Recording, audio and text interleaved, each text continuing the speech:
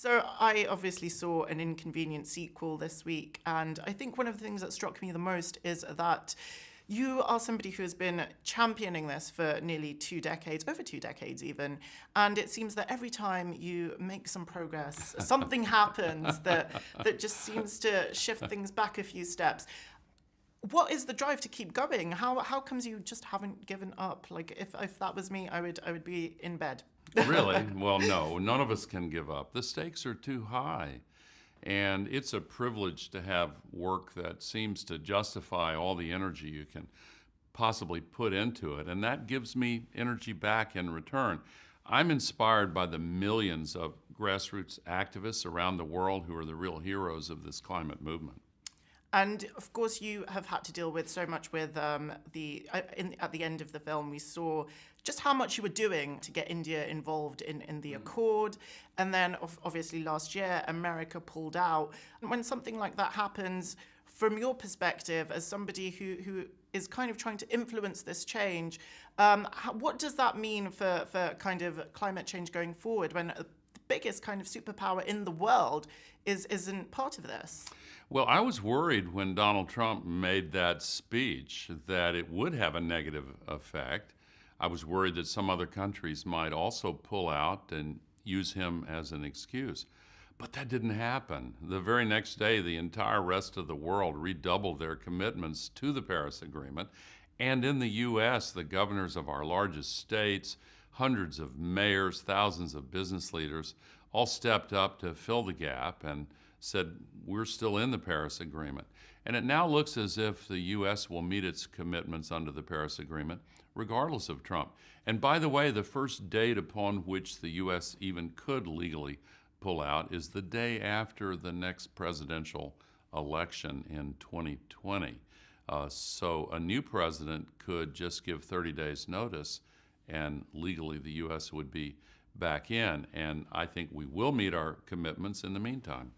And I think one of the things that has changed since the last film came out in 2006 is you yourself have committed to a vegan diet, and you were under quite a lot of scrutiny about consuming meat still. How has that change happened, and what has your new vegan diet been like over these last few years?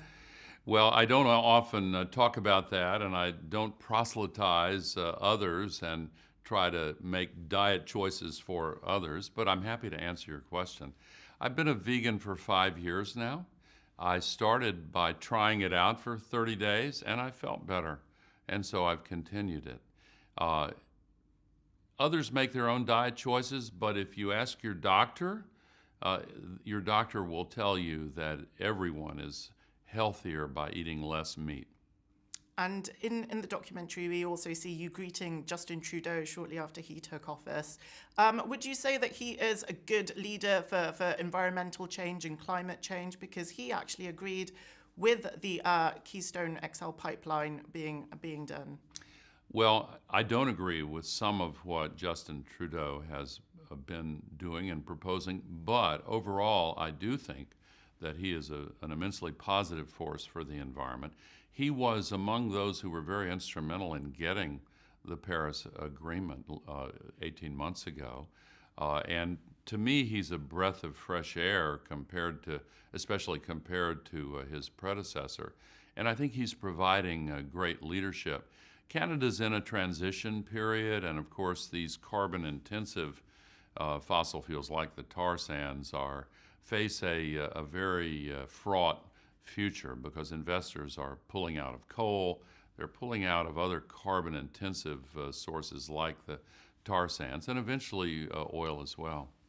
And realistically, with the threat of nuclear war and not believing in climate change, do you think that Donald Trump really could bring about the end of the world? No, I don't. His intemperate comments on North Korea a few days ago were really unwise. I think it's only fair to point out that he inherited this crisis, and the previous 3 presidents were not able to find an adequate solution, so he can't be blamed for all this. And he has a Secretary of Defense and National Security Advisor both of whom are immensely respected. And I hope he'll listen to them, and I hope their cooler heads will prevail. And as somebody who obviously was in office for so long and clearly loves the U.S. and really stands for the Constitution, is it really alarming for you as an American citizen and as a former vice president to see that, this is a person in office who might be besmirching the Constitution? Yeah.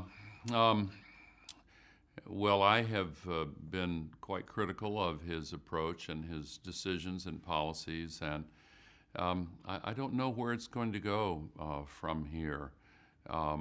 This investigation, I don't have any privileged insight into what's happening, but we can all see that there's a lot of smoke, and that sometimes means there is fire as well.